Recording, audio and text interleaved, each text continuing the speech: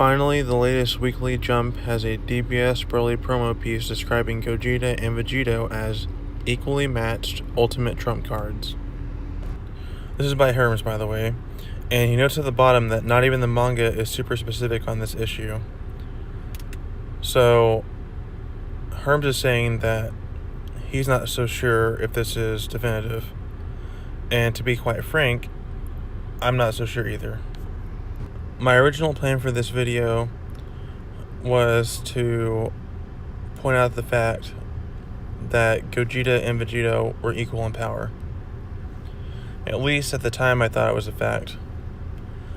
But after thinking about it, reading that last tweet that Herms posted underneath the scan, and reviewing some tweets posted by Set the Programmer. By the way, if you don't know who Set the Programmer is, he's a really awesome power scaler, and you should totally check him out. Anywho, by reviewing his tweets, I've changed my stance. Like Geekdom, I wanted to bring up the fact that even though they were both equal in power, according to the scan, because the Potara fusion has a 1 hour time limit for mortals, and the Metamorph fusion has a half-hour time limit, that theoretically speaking, Vegito could outlast Gogeta. Now, before I ended up changing my stance, this got me thinking. What if it was the other way around? What if Gogeta outlasted Vegito? So this is a little theory I came up with a few hours ago, and it's based on the fact that the Potara fusion put a time limit on Goku and Vegeta, and essentially any mortal who uses the earrings. So, if gods were to use the Potara fusion, then it would be permanent. So in other words, they would be getting the most out of the fusion. Whereas the Metamorph fusion, as far as we know, mortals and gods would get a 30-minute time limit. Now, we don't know that for sure. Information could be revealed later about the Metamorph fusion, but all we know now is that whoever does the fusion dance will get a 30-minute time limit. So my argument, or at least my point, is that because the Metamorph fusion isn't restricting mortals in any way, what if their fusion could last longer than the Potara fusion? Goku and Vegeta were already at a disadvantage because they didn't have the permanent fusion. They only had a 1 hour time limit. They went Super Saiyan Blue, and they used up a lot of power, and they defused instantly. But what if part of the reason they defused was because because they were hindered, because they were mortals, and because the Metamorph fusion has no restrictions at all for mortals? What if the Gogeta fusion, Super Saiyan Blue, lasted longer? Now, you could argue against this by saying, well, Super Saiyan 3 Gotenks actually diffused faster than he was supposed to because he was draining a lot of power.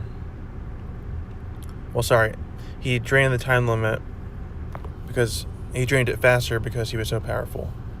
So you could say that, and that's totally fine. I'm really basing this theory off of the perfect energy of Super Saiyan Blue. Originally, when Goku and Vegeta were learning this, Whis told them to hold the key inside their bodies. And then once they did that, they punched fists together, and then they saw a little flash of it, and they eventually learned it. Also, pardon me, my throat's a little sore, so forgive me. Then we go to the Universe 6 tournament.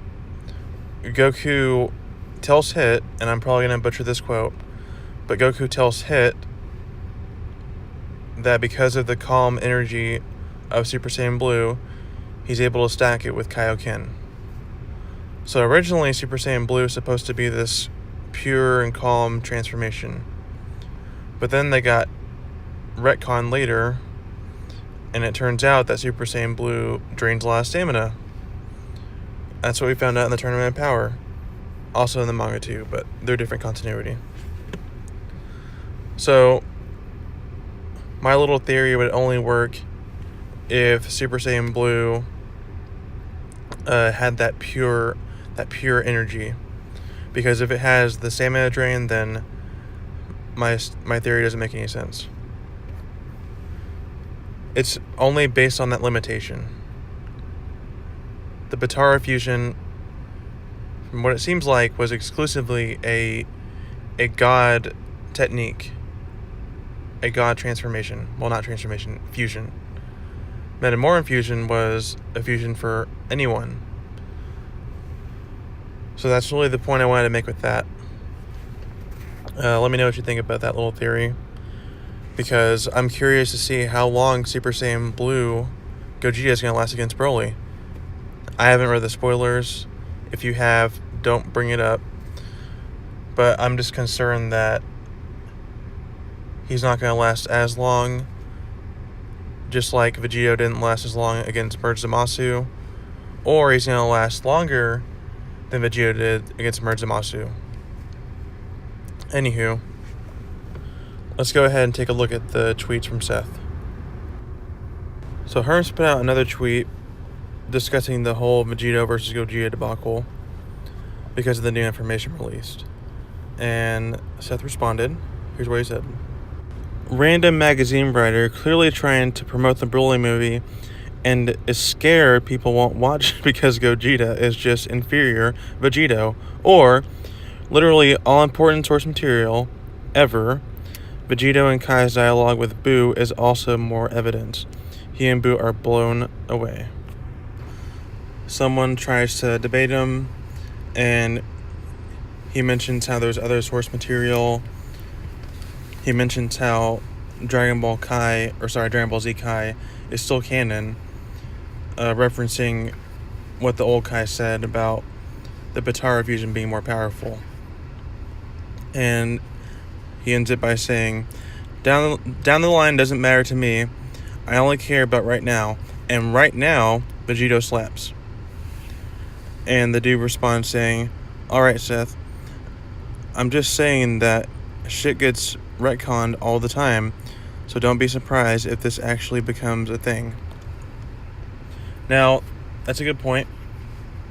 The Potara fusion was retconned from being permanent to only being an hour for mortals. So I could totally see this getting retconned, but Seth has a good point.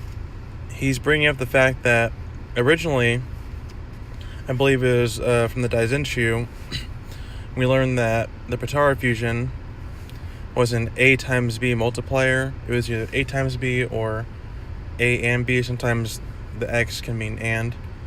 But we had that.